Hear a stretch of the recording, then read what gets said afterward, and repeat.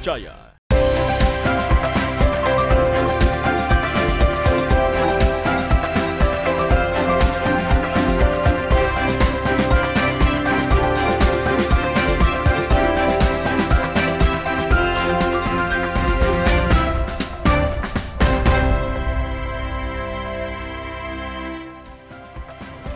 Halo, selamat pagi saudara, Anda menyaksikan Sapa Sosial di Kompas TV Independen Terpercaya bersama saya Gufran Lamatahan. Saudara, untuk memajukan dunia pendidikan dibutuhkan gerakan dan kepedulian dari banyak pihak. Salah satunya adalah para pemuda yang menjadi relawan pendidikan. Mereka meluangkan waktu, tenaga, dan pikiran membantu dan mendampingi anak-anak di pedesaan agar mendapatkan ilmu pengetahuan yang baik.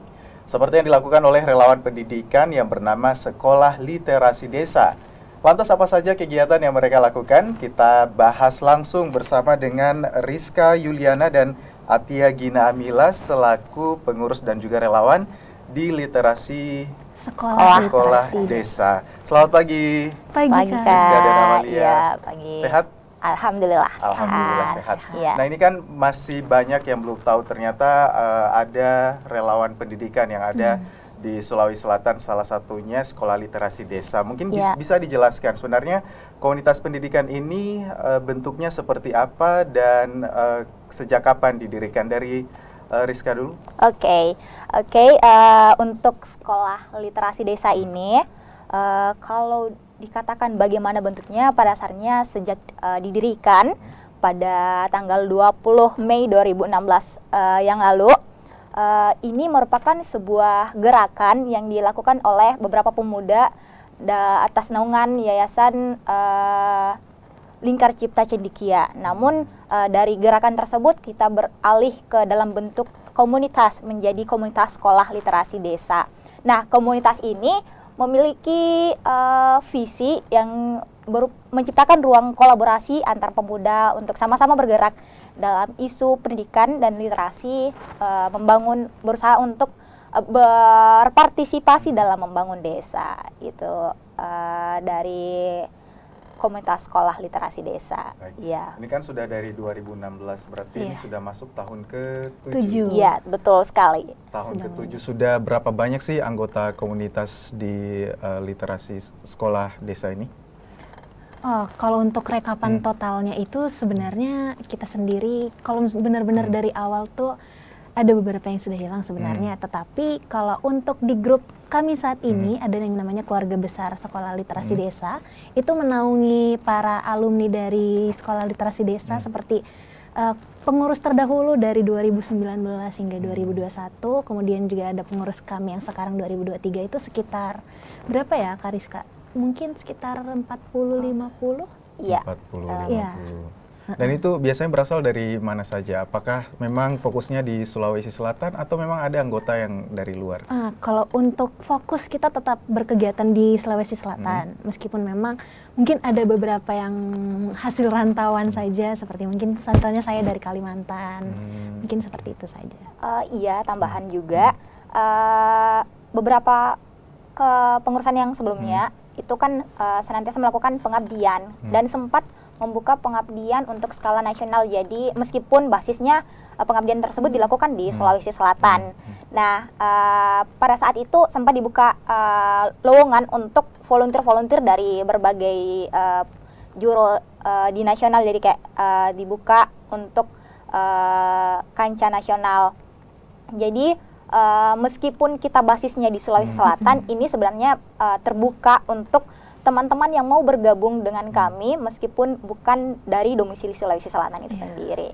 Nah, saya ke Gina lagi. Apa saja sebenarnya gerakan komunitas ini? Apakah memang fokusnya ke pedesaan? Terus selain itu apa? Oke, jadi Sekolah Literasi Desa itu kalau dilihat dari namanya kan Sekolah Literasi Desa. Kita otomatis fokus di pendidikan, literasi juga kita juga fokus, dan desa itu lebih kayak bagaimana kita ke pedalaman untuk menyebarkan pengetahuan yang kita punya, dan juga literasi. Terusnya contohnya di kegiatan kita terbaru kemarin itu kita ke pelosok, Kak. Itu di sana ada salah satu hal yang bikin kami ingin membagikan pengetahuan kita. Nah, di sana itu para siswa-siswa SD-nya yang dari bahkan kelas 5, kelas 6 itu ada yang masih belum bisa baca tulis gitu ya kan. Jadi ya mengingat gerakan kami kan di pendidikan juga, sosial pendidikan tuh, sehingga ya akhirnya kami di sana sempat mengajar dulu secara formal ya kan, mengajarkan huruf-huruf, terus itu juga baca tulis. Itu lokasinya di mana? Itu di Desa Palempang, di Kabupaten Goa ya, di kita hampir ke Sinjai Barat ya Kak ya? Iya. Perbatasan Kabupaten Goa dan Sinjai. Itu kondisi sekolahnya sebenarnya di sana seperti apa? Wah, kalau kondisi sekolahnya itu sebenarnya kalau masuk ke desanya sendiri itu mobil saja cukup terbatas kan ya. Kita cuma bisa naik motor, bahkan kita melalui jalan yang tanah gitu.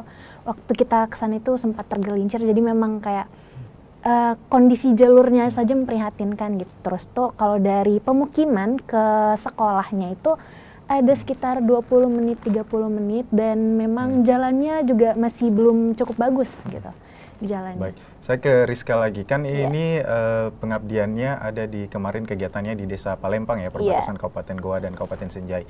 Nah, apa yang dilakukan di sana Kak? Bentuk yang diajarkan oleh Sekolah Literasi Desa ini apa? Kegiatan apa yang dilakukan dan selama berapa hari? Oke, kemarin kita kegiatannya berkolaborasi dengan komunitas non-education. Nah, di sana kita ada beberapa program. Yang pertama program kelas formal, kemudian kelas informal, dan ada infrastruktur. Nah, di kelas formal sebagaimana yang disampaikan oleh Kak Agin tadi, bahwasanya kita di sana mencoba untuk mengajak adik-adik di sana berbagi apa yang kemudian kita ketahui, mulai mengajak mereka untuk ikut belajar mulai dari baca tulis, dan untuk yang adik-adik yang masih bahkan belum mengenal huruf, kita mencoba untuk mengajak mereka untuk memperkenalkan huruf, angka, dan untuk beberapa taraf yang lebih tinggi yang sudah bisa membaca, kita ajak untuk membaca dan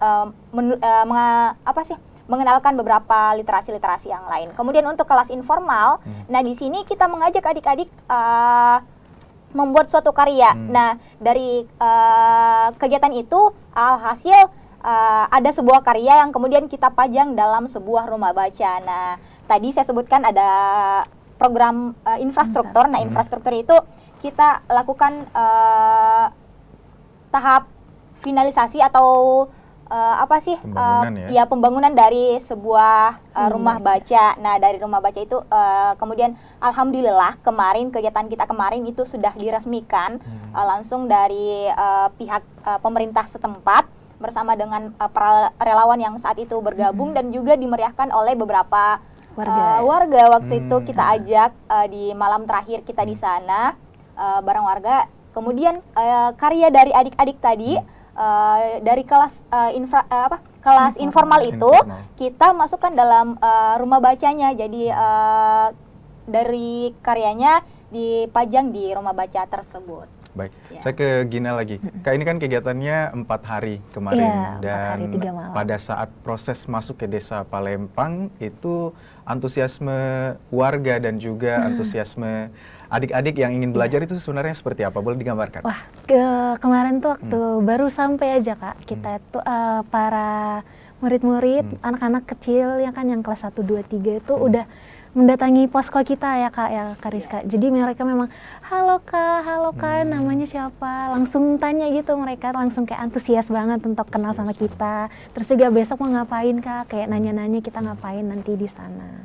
Nah, itu kan anak-anak. Kalau warga sendiri bagaimana bentuk kalau perhatian warga, ke anggota relawan ini? Kalau warga kita beberapa kali itu mungkin seperti kayak meminjam peralatan masak, terus tuh tempat posko kita itu dari rumah salah satu warga ya Kak ya. Iya, memang dipinjamkan sukarela. Makanya kalau misalkan kita ada butuh, para warga itu dengan senyum tetap menerima untuk membantu kita begitu. Jadi baik saudara, kita akan kembali ngobrol dan juga berbincang dengan relawan dan juga pengurus dari Sekolah Literasi Desa. Tetaplah bersama kami di Sapa Sosial.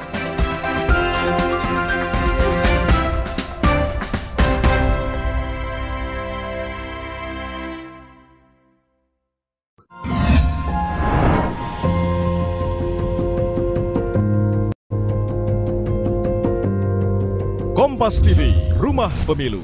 Mau mengiklankan usaha kamu dengan harga terjangkau? Langsung aja ke pasangiklan.com. Pasang iklan segampang upload, bayar, tayang. Ada beragam paket yang bisa kamu pilih di pasangiklan.com. Mulai dari harga Rp50.000 sampai harga Rp1.000.000. Iklan kamu akan tayang di jaringan media milik Kompas Gramedia. Jadi, iklan kamu berpotensi dilihat oleh 270 juta pembaca. Di pasangiklan.com, kamu bisa memilih jenis iklan yang ingin ditayangkan. Kamu bisa memilih iklan untuk ditayangkan di website, Instagram, atau iklan baris di koran Kompas. Di pasangiklan.com, kamu nggak perlu khawatir, karena setelah iklan ditayangkan, kamu akan mendapatkan informasi mengenai perkembangan iklan berupa laporan performa untuk iklan digital dan Instagram, serta notifikasi penayangan untuk iklan baris di koran Kompas. Jadi, mau pasang iklan yang dilihat banyak orang dengan harga terjangkau? Segampang upload, bayar, lalu tayang? Tunggu apa lagi? Langsung aja ke pasangiklan.com. Menyapa seluruh Indonesia dengan berita dan informasi terkini. WHO resmi mencabut darurat kesehatan global COVID-19. Harga cabai rawit ini meroket tajam. Dari seluruh penjuru tanah air menjadi referensi. Capres-capres yang muncul di top 3 itu tidak ada yang dominan. Sapa Indonesia. Ikuti pada jam-jam berikut. Live di Kompas TV. Pengabdian utama jurnalisme adalah pada kepentingan publik.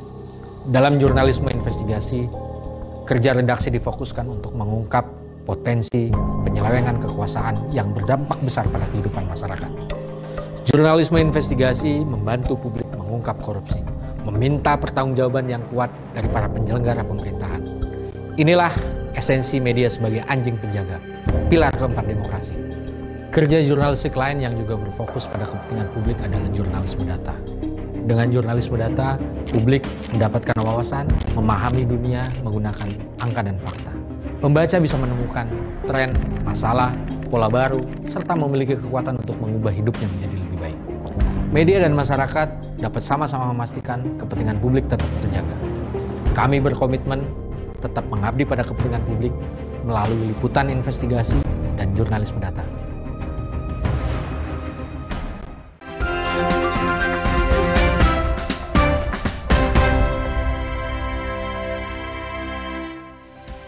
Ya saudara, Anda kembali bersama kami di Sapa Sulsel, hanya di Kompas TV Independen Terpercaya. Kembali ke Rizka dan juga Gina, ini salah satu anggota dan juga relawan pengurus di Sekolah Literasi Desa. Ini kan tadi Rizka bilang sudah berdiri sejak 2016 dan ini masuk tahun ke-7. Nah, selama ini sudah berapa sekolah yang didatangi dan itu di mana saja?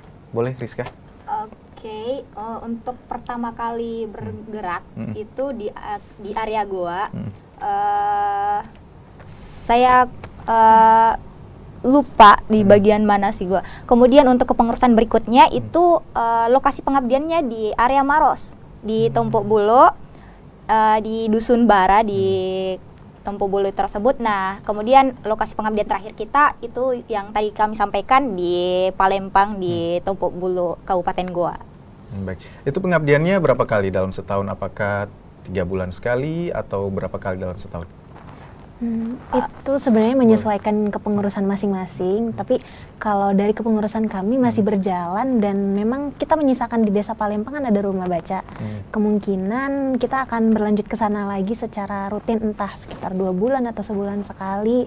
Itu juga hasil kolaborasi dengan komunitas yang mengajak kami kolaborasi saat itu. Jadi berarti itu satu kali kunjungan bukan langsung selesai ya di satu sekolah, itu bisa berapa kali bisa datang kali untuk bisa menyelesaikan kegiatan program kerja Sekolah Literasi Desa di sana. Salah satunya di Palembang. Berarti nanti akan masih ke Palembang lagi atau bagaimana? Iya, kemungkinan besar masih akan ke Palembang lagi nanti. Iya, betul. Dan masih akan melakukan pembangunan infrastruktur seperti yang tadi diceritakan. Pembaruan. Sampai final itu apa indikatornya? Apa indikatornya yang bilang bahwa oke, di Palembang udah selesai, kita menuju ke sekolah lain? Kalau untuk penentuan indikator mungkin belum ada ya, karena selama ini kita memang selama kita bisa berbagi pengetahuan ya udah kita bagikan saja kepada mereka, tapi kita akan tetap senantiasa mengevaluasi hasil dari apa ada kendala seperti apa yang baik, dan itu yang akan kami lakukan terus nanti. Baik, sudah pernah di Kabupaten Maros, terus juga terakhir di Palembang, Kabupaten Goa, perbatasan Kabupaten Goa dan Kabupaten Sinjai. Nah, itu pemilihan sekolah atau target sekolah yang ingin didatangi itu apa-apa saja syaratnya? Apakah harus ada indikator yang harus dipenuhi atau seperti apa? Kalau penentuan lokasinya sebenarnya kemarin sebelum kita final memilih di Palembang itu kita sebelumnya sudah melakukan cek lokasi untuk beberapa lokasi. Namun akhirnya kita memilih di Desa Palembang itu pertama. Kalau kita pastinya utamakan dari segi pendidikannya, bagaimana kondisi pendidikan di sana, apakah sudah baik atau masih perlu untuk dikembangkan.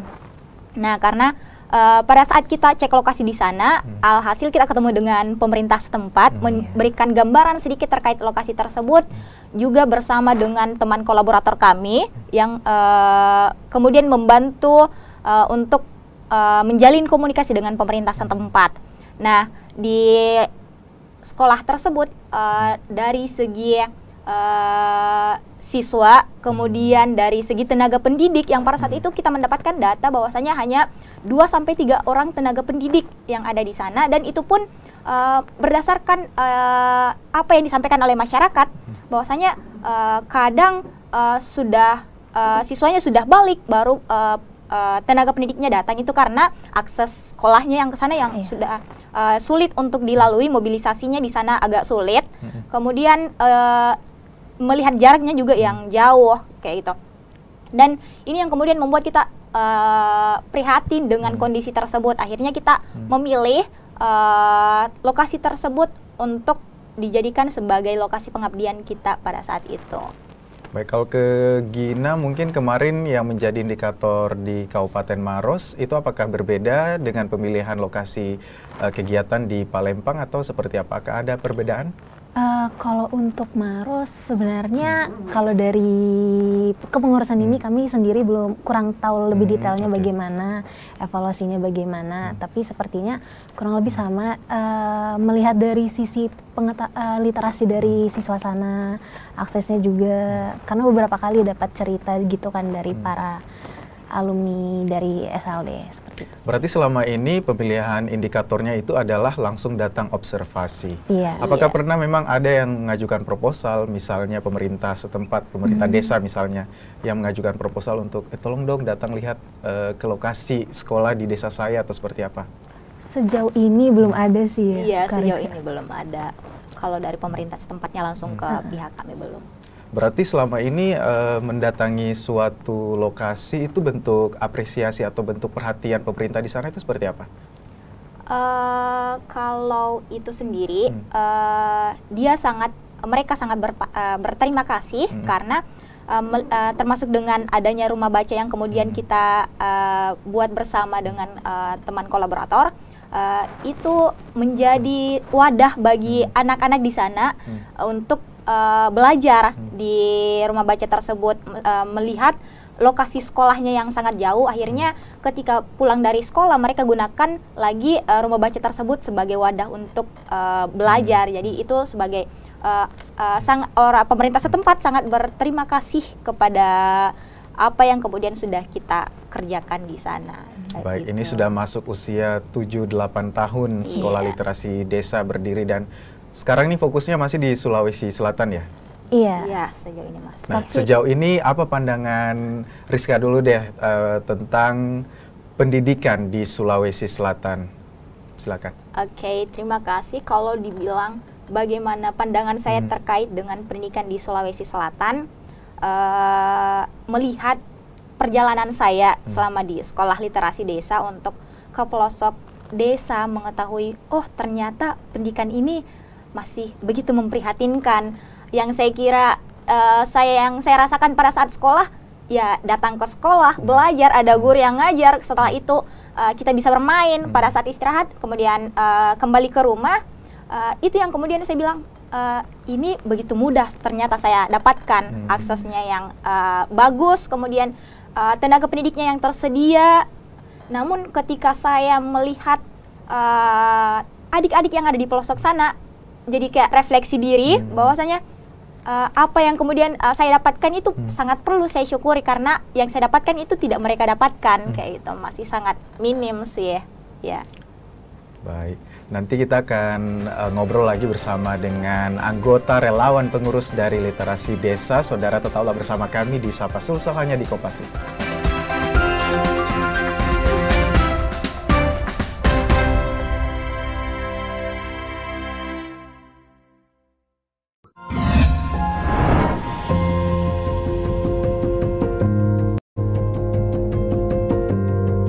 Kompas TV, Rumah Pemilu. Mau mengiklankan usaha kamu dengan harga terjangkau? Langsung aja ke pasangiklan.com. Pasang iklan segampang upload, bayar, tayang. Ada beragam paket yang bisa kamu pilih di pasangiklan.com. Mulai dari harga Rp50.000 sampai harga Rp1.000.000. Iklan kamu akan tayang di jaringan media milik Kompas Gramedia. Jadi, iklan kamu berpotensi dilihat oleh 270 juta pembaca.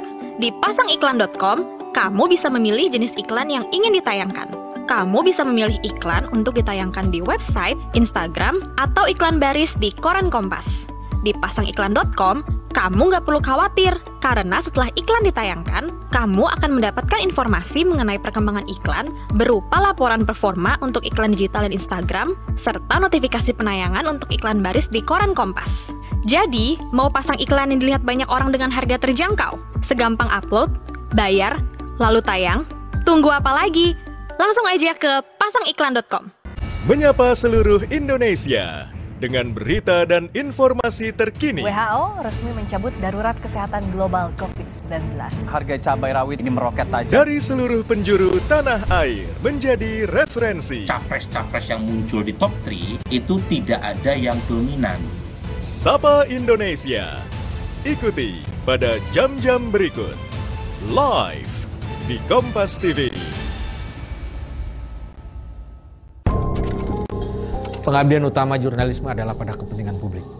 Dalam jurnalisme investigasi, kerja redaksi difokuskan untuk mengungkap potensi penyelewengan kekuasaan yang berdampak besar pada kehidupan masyarakat. Jurnalisme investigasi membantu publik mengungkap korupsi, meminta pertanggungjawaban yang kuat dari para penyelenggara pemerintahan. Inilah esensi media sebagai anjing penjaga, pilar keempat demokrasi. Kerja jurnalistik lain yang juga berfokus pada kepentingan publik adalah jurnalisme data. Dengan jurnalisme data, publik mendapatkan wawasan, memahami dunia menggunakan angka dan fakta. Pembaca bisa menemukan tren, masalah, pola baru, serta memiliki kekuatan untuk mengubah hidupnya menjadi lebih baik. Media dan masyarakat dapat sama-sama memastikan kepentingan publik tetap terjaga. Kami berkomitmen tetap mengabdi pada kepentingan publik melalui liputan investigasi dan jurnalisme data.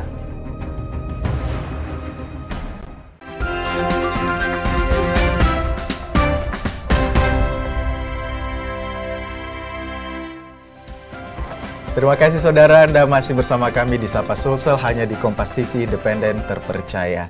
Baik, saya ke Kak Gina langsung nih, Kak atau Gina. Kemarin ke Palembang ya, untuk observasi dan lain-lain. Nah, menurut Gina sendiri, apa sih yang harus dilakukan oleh pemerintah supaya pemerataan pendidikan di Sulawesi Selatan itu bisa merata? Kalau menurut saya mungkin yang paling pertama adalah mempersiapkan tenaga pendidiknya, ya kan.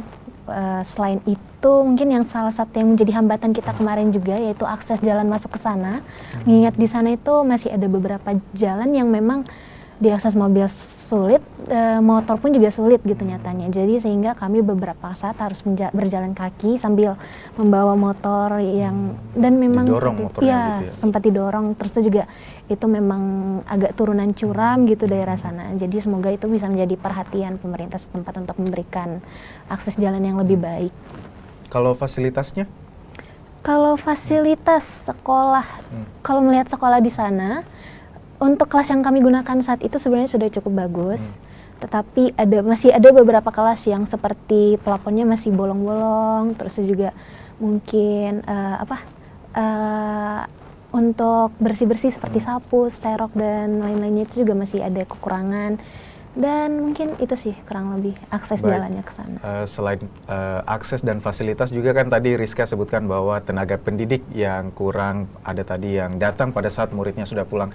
Sudah pernah cerita-ceritakan dengan salah satu tenaga pendidik di sana, kira-kira apa yang menjadi kendala mereka terlambat datang ke sekolah? Oke, pada saat itu saya syukurnya punya kesempatan untuk berbincang langsung dengan tenaga pendidik, salah satu tenaga pendidik yang ada di sekolah tersebut. Dia merupakan tenaga pendidik yang sudah puluhan tahun mendedikasikan dirinya untuk mengajar di sana. Nah, mendengar cerita warga bahwasanya kadang siswa sudah balik, gurunya baru datang kayak gitu. Terus saat itu saya coba tanyakan ke tenaga pendidiknya. Nah, beliau menyampaikan bahwasanya sebenarnya yang kemudian membuat dia terlambat itu yang pertama lokasi rumah dengan sekolahnya itu cukup jauh.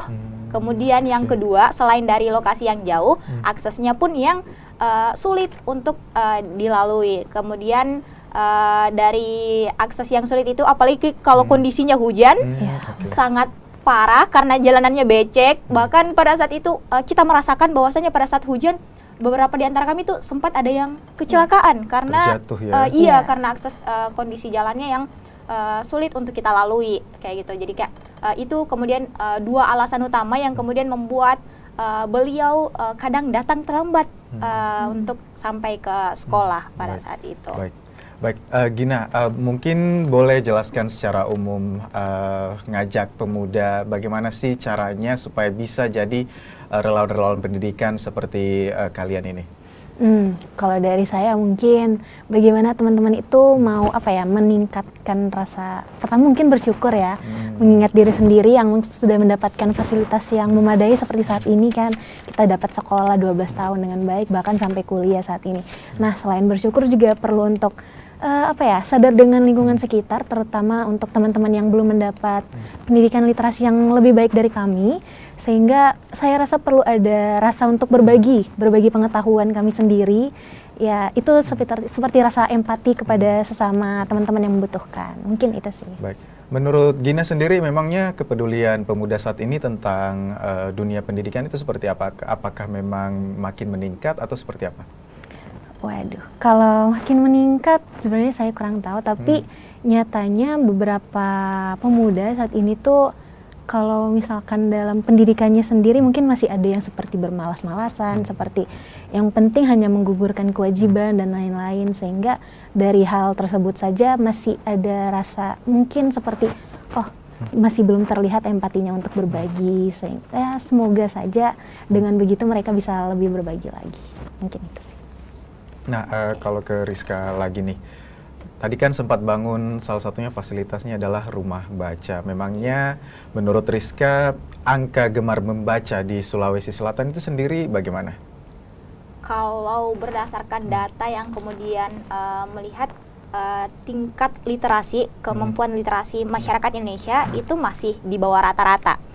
Kalau kita menilik lagi ke Sulawesi Selatan, itu juga masih kurang. Kemudian kemarin sempat ada kegiatan bersama dengan Forum Literasi Goa yang kemudian forum itu diresmikan di tahun ini, yang juga berlandaskan karena minimnya minat literasi dari masyarakat Goa itu sendiri, yang kemudian menjadi bagian dari Sulawesi Selatan itu masih sangat minim.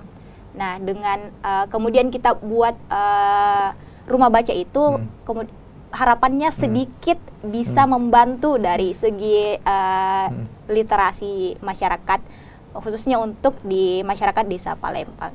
Baik, sama komunitas kemarin itu kolaborasinya, hasil kolaborasinya seperti apa? Kolaborasi kita kemarin bersama dengan Nunducation, output yang kemudian nyata tampil di hadapan masyarakat itu berdirinya rumah baca yang kemudian kita upayakan, ikhtiarkan untuk senantiasa mengunjungi rumah baca tersebut, mengajak adik-adik belajar di sana. Nah, di hari ini salah satu beberapa tim dari kolaborator kita itu melakukan perjalanan ke sana untuk sedikit memperbaiki dari segi infrastruktur dan kembali menyapa adik-adik yang ada di Desa Palembang. Berarti masih kegiatannya masih terus berkesinambungan, kunjungan masih terus dilakukan seperti itu.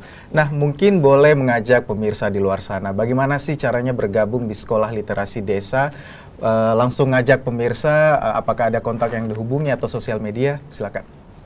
Oke, ke Kak Gina dulu Oke. aja. Gina dulu. Mungkin kalau untuk sekolah literasi desa kita itu ada salah satu kegiatan rutin di mana kita tuh memberikan fasilitas untuk teman-teman yang ingin membaca. Nah, di sini kita bisa membaca terus tuh sharing hasil bacaan teman-teman. Jadi teman-teman juga secara tidak langsung tergabung dengan sekolah literasi desa. Nah, itu di ruang baca silahkan langsung cek saja Instagram @sekolahliterasidesa. Di sana ada di bio kami itu sudah ada link untuk bergabung dan silahkan untuk bergabung dengan kegiatan rutinitasnya kita itu setiap minggu ya Kak ya? Iya, tiap, betul sekali. Tiap malam Minggu malam. minggu malam. Tiap ya. minggu malam kegiatan Tiap minggu rutinnya. malam secara online. Secara online tuh dilakukan. Iya. Baik Rizka, apa sih harapannya ke depannya tentang sekolah literasi desa ini, sumbangsinya mungkin?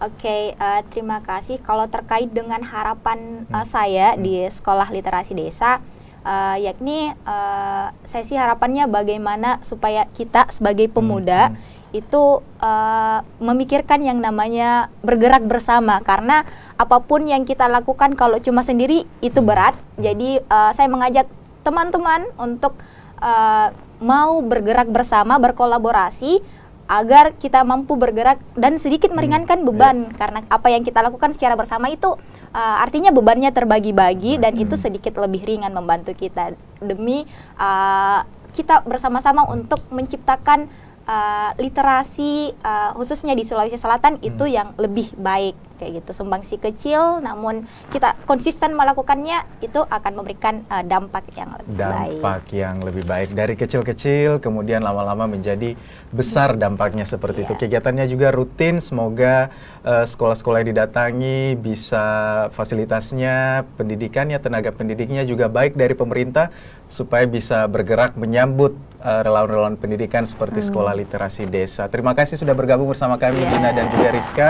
Saudara, terima kasih Anda menyaksikan Sapa Sulsel. Saya Gufran Lawataha mewakili kerabat kerja yang bertugas pamit undur diri. Selamat pagi dan sampai jumpa.